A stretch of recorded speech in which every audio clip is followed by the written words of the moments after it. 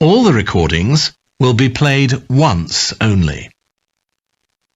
The test is in 4 sections. At the end of the test, you will be given 10 minutes to transfer your answers to an answer sheet. Now turn to Section 1.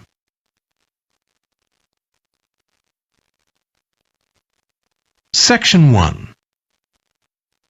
You will hear a woman talking to a doctor at a clinic about a medical problem. First, you have some time to look at questions 1 to 4.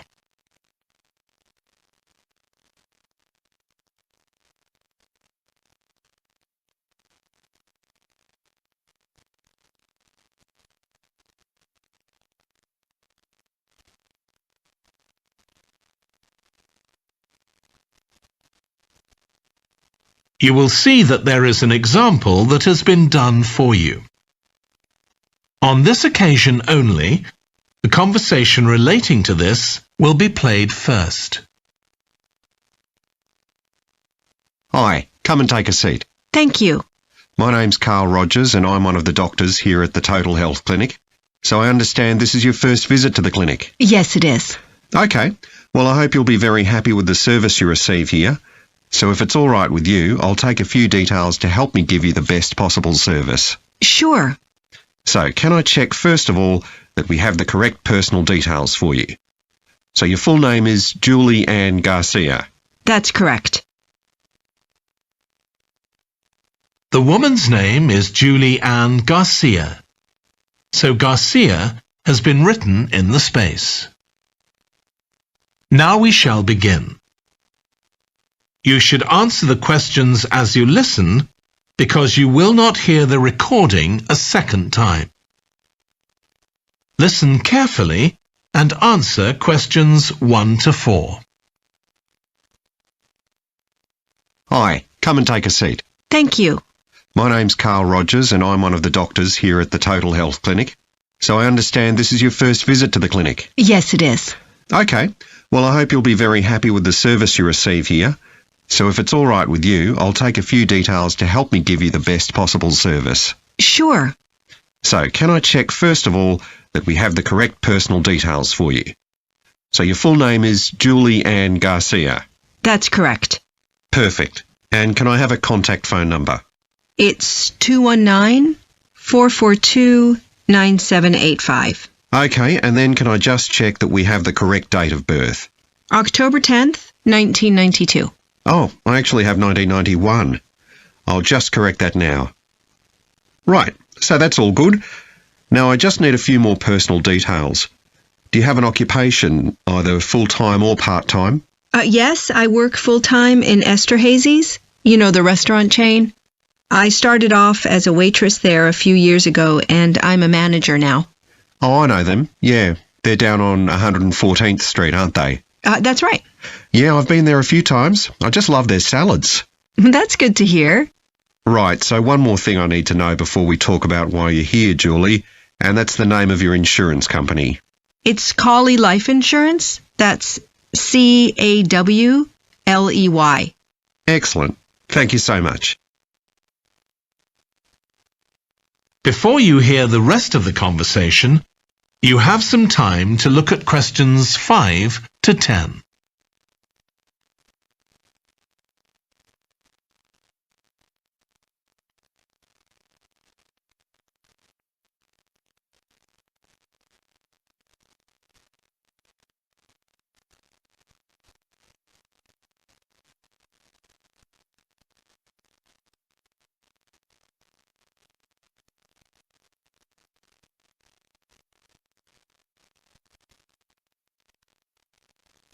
Now listen and answer questions 5 to 10.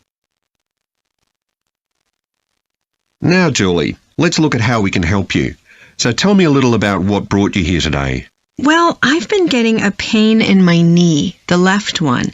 Not very serious at first, but it's gotten worse, so I thought I ought to see someone about it. That's certainly the right decision. So how long have you been aware of this pain? Is it just a few days, or is it longer than that? Longer. It's been worse for the last couple of days, but it's 3 weeks since I first noticed it. It came on quite gradually, though, so I kind of ignored it at first. And have you taken any medication yourself or treated it in any way? Yeah, I've been taking medication to deal with the pain, Tylenol, and that works okay for a few hours, but I don't like to keep taking it. Okay. And what about heat treatment? Have you tried applying heat at all? No, but I have been using ice on it for the last few days. And does that seem to help the pain at all? A little, yes. Good. Now, you look as if you're quite fit normally. I am, yes. So do you do any sport on a regular basis? Yes, I play a lot of tennis. I belong to a club, so I go there a lot. I'm quite competitive, so I enjoy that side of it as well as the exercise, but I haven't gone since this started. Sure. And do you do any other types of exercise? Yeah, I sometimes do a little swimming, but usually just when I'm on vacation. But normally I go running a few times a week, maybe 3 or 4 times. So your legs are getting quite a pounding, but you haven't had any problems up to now? No, not with my legs. I did have an accident last year when I slipped and hurt my shoulder, but that's better now. Excellent. And do you have any allergies? No, none that I'm aware of. And do you take any medication on a regular basis? Well, I take vitamins, but that's all. I'm generally very healthy. Okay. Well, let's have a closer look and see what might be causing this problem. If you can just get up. That is the end of section 1. You now have half a minute to check your answers.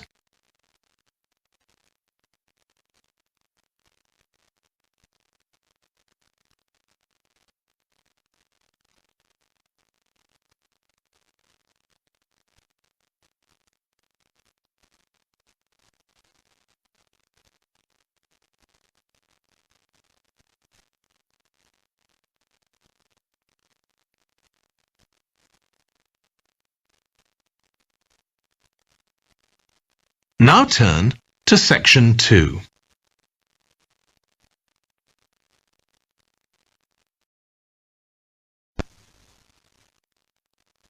Section 2. You will hear a guide talking to a group of tourists who are about to visit an English castle. First, you have some time to look at questions 11 to 15.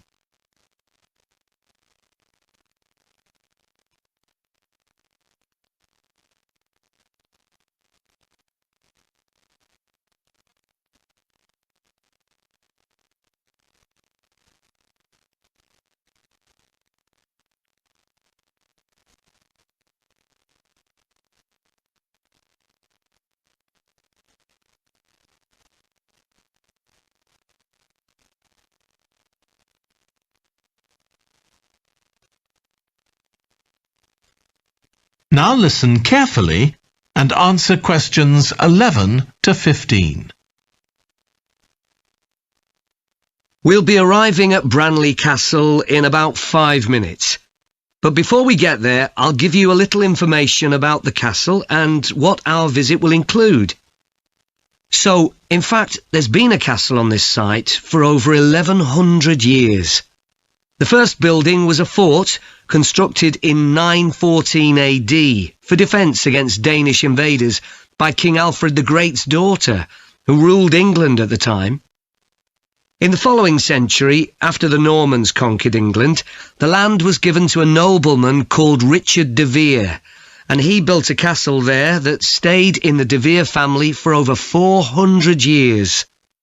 However, when Queen Elizabeth I announced that she was going to visit the castle in 1576, it was beginning to look a bit run down. And it was decided that rather than repair the guest rooms, they'd make a new house for her, out of wood, next to the main hall. She stayed there for 4 nights, and apparently it was very luxurious. But, unfortunately, it was destroyed a few years later by fire. In the 17th century, the castle belonged to the wealthy Fennis family, who enlarged it and made it more comfortable.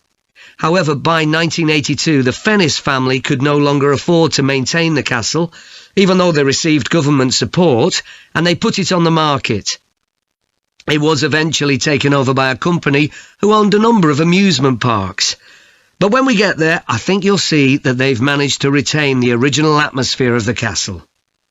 When you go inside, you'll find that in the staterooms, there are lifelike moving wax models dressed in costumes of different periods in the past, which even carry on conversations together. As well as that, in every room, there are booklets giving information about what the room was used for and the history of the objects and furniture it contains. The castle park's quite extensive. At one time, sheep were kept there, and in the 19th century the owners had a little zoo with animals like rabbits and even a baby elephant. Nowadays, the old zoo buildings are used for public displays of paintings and sculpture. The park also has some beautiful trees, though the oldest of all, which dated back 800 years, was sadly blown down in 1987. Now, you're free to wander around on your own until 4:30, but then, at the end of our visit, we'll all meet together at the bottom of the great staircase. We'll then go on to the long gallery, where there's a wonderful collection of photographs showing the family who owned the castle 100 years ago having tea and cakes in the conservatory. And we'll then take you to the same place where afternoon tea will be served to you. Before you hear the rest of the talk, you have some time to look at questions 16 to 20.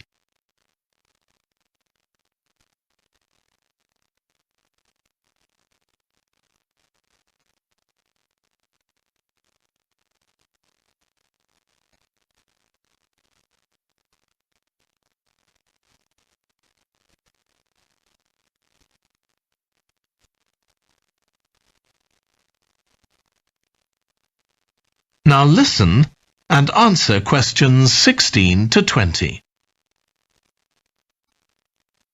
Now, if you can take a look at your plans, you'll see Branley Castle has 4 towers joined together by a high wall, with the river on 2 sides. Don't miss seeing the Great Hall. That's near the river in the main tower, the biggest one, which was extended and redesigned in the 18th century. If you want to get a good view of the whole castle, you can walk around the walls. The starting point's quite near the main entrance. Walk straight down the path until you get to the south gate, and it's just there. Don't go on to the north gate. There's no way up from there. There'll shortly be a show in which you can see archers displaying their skill with a bow and arrow. The quickest way to get there is to take the first left after the main entrance and follow the path past the bridge. Then you'll see it in front of you at the end. If you like animals, there's also a display of hunting birds, falcons and eagles and so on. If you go from the main entrance in the direction of the south gate, but turn right before you get there instead of going through it, you'll see it on your right, past the first tower. At 3 p.m, there's a short performance of traditional dancing on the outdoor stage. That's right at the other side of the castle from the entrance and over the bridge. It's about 10 minutes walk or so. And finally, the shop. It's actually inside one of the towers, but the way in is from the outside. Just take the first left after the main entrance, go down the path and take the first right. It's got some lovely gifts and souvenirs. Right, so we're just arriving. That is the end of section 2. You now have half a minute to check your answers.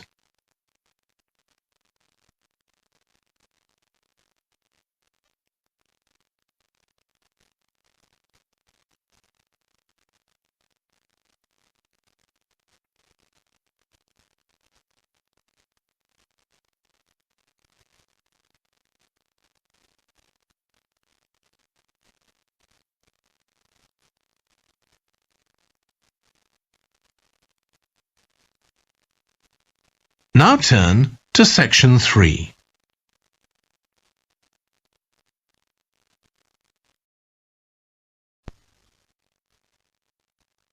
Section 3. You will hear 2 environmental science students, called Rosie and Martin, discussing their presentation on an extinct animal called the woolly mammoth with their tutor. First, you have some time to look at questions 21 to 24.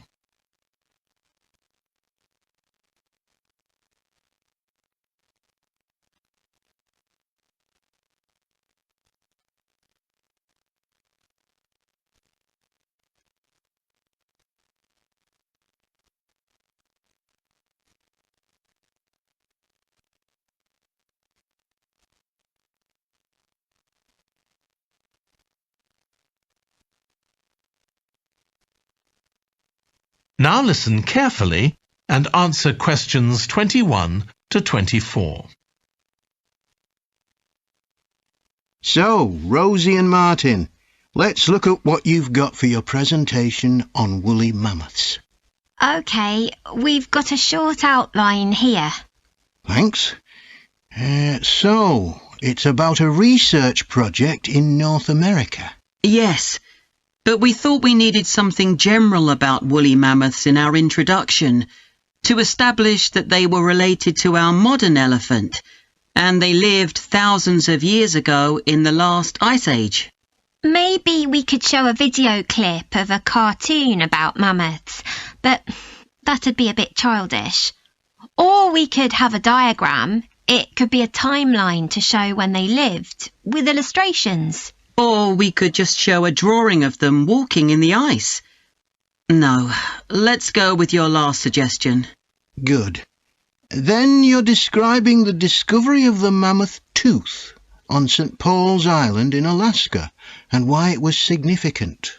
Yes, the tooth was found by a man called Russell Graham.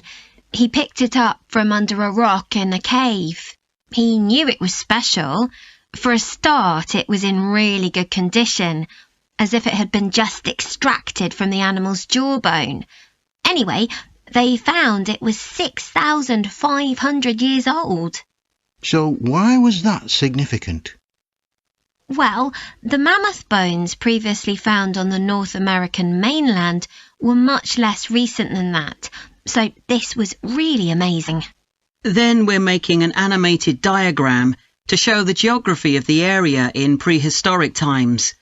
So, originally, St. Paul's Island wasn't an island. It was connected to the mainland, and mammoths and other animals, like bears, were able to roam around the whole area.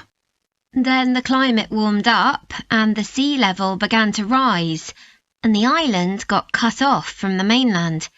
So those mammoths on the island couldn't escape. They had to stay on the island. And in fact, the species survived there for thousands of years after they'd become extinct on the mainland. So why do you think they died out on the mainland? No one's sure. Anyway, next we'll explain how Graham and his team identified the date when the mammoths became extinct on the island. They concluded that the extinction happened 5,600 years ago, which is a very precise time for a prehistoric extinction.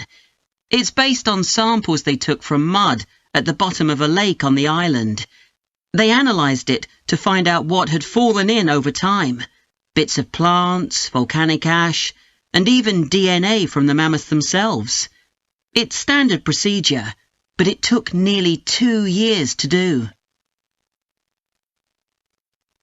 Before you hear the rest of the discussion, you have some time to look at questions 25 to 30.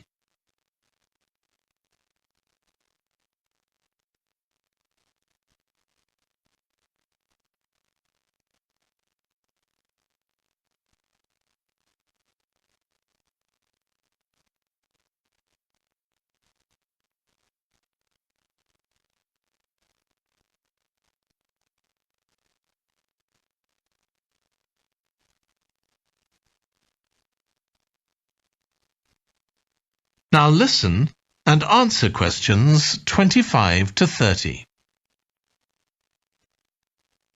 So why don't you quickly go through the main sections of your presentation and discuss what actions needed for each part? OK, so for the introduction, we're using a visual. So once we've prepared that, we're done. I'm not sure. I think we need to write down all the ideas we want to include here, not just rely on memory. How we begin the presentation is so important. You're right. The discovery of the mammoth tooth is probably the most dramatic part, but we don't have that much information, only what we got from the online article. I thought maybe we could get in touch with the researcher who led the team and ask him to tell us a bit more. Great idea. What about the section with the initial questions asked by the researchers? We've got a lot on that, but we need to make it interesting. We could ask the audience to suggest some questions about it and then see how many of them we can answer. I don't think it would take too long. Yes, that would add a bit of variety. Then the section on further research carried out on the island, analysing the mud in the lake. I wonder if we've actually got too much information here. Should we cut some? I don't think so, but it's all a bit muddled at present. Yes, maybe it would be better if it followed a chronological pattern. I think so. The findings and possible explanations section is just about ready, but we need to practice it so we're sure it won't overrun. I think it should be okay, but yes, let's make sure.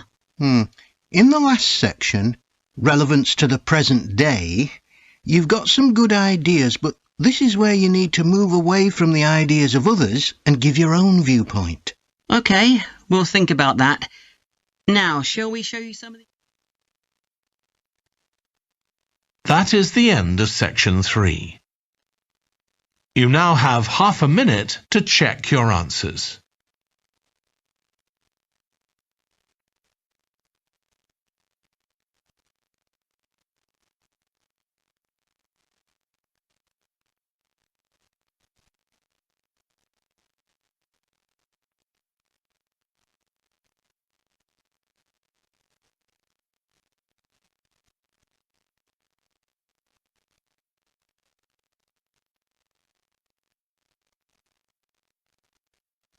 Now turn to section 4.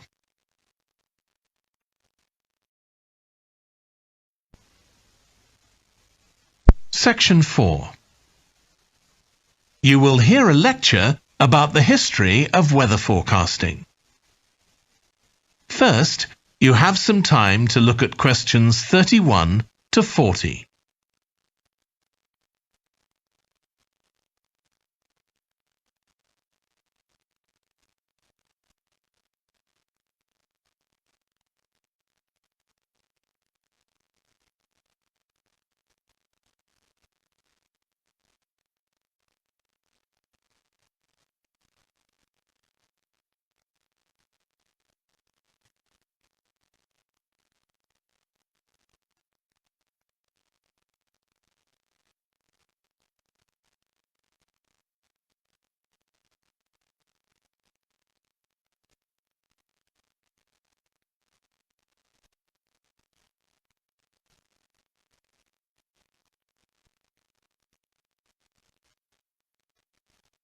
Now listen carefully and answer questions 31 to 40. In this series of lectures about the history of weather forecasting, I'll start by examining its early history. That'll be the subject of today's talk. Okay, so we'll start by going back thousands of years. Most ancient cultures had weather gods, and weather catastrophes, such as floods, played an important role in many creation myths. Generally, weather was attributed to the whims of the gods, as the wide range of weather gods in various cultures shows. For instance, there's the Egyptian sun god Ra, and Thor, the Norse god of thunder and lightning. Many ancient civilizations developed rites such as dances in order to make the weather gods look kindly on them. But the weather was of daily importance. Observing the skies and drawing the correct conclusions from these observations was really important. In fact, their survival depended on it.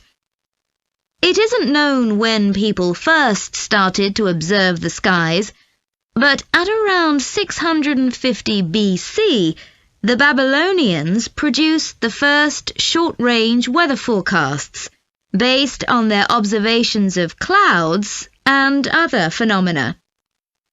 The Chinese also recognized weather patterns, and by 300 BC, astronomers had developed a calendar which divided the year into 24 festivals, each associated with a different weather phenomenon.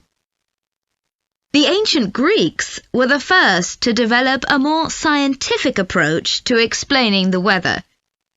The work of the philosopher and scientist Aristotle in the 4th century BC is especially noteworthy, as his ideas held sway for nearly 2,000 years. In 340 BC, he wrote a book in which he attempted to account for the formation of rain, clouds, wind, and storms.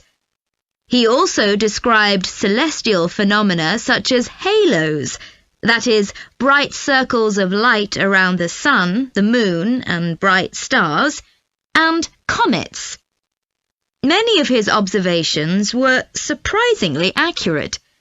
For example, he believed that heat could cause water to evaporate, but he also jumped to quite a few wrong conclusions, such as that winds are breathed out by the earth. Errors like this were rectified from the Renaissance onwards.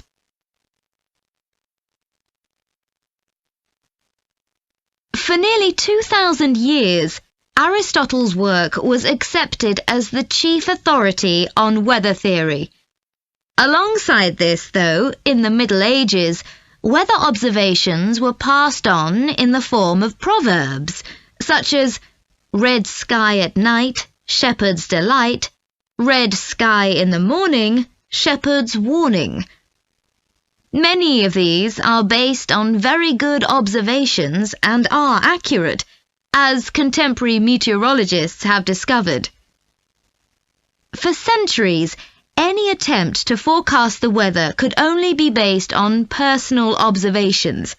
But in the 15th century, scientists began to see the need for instruments.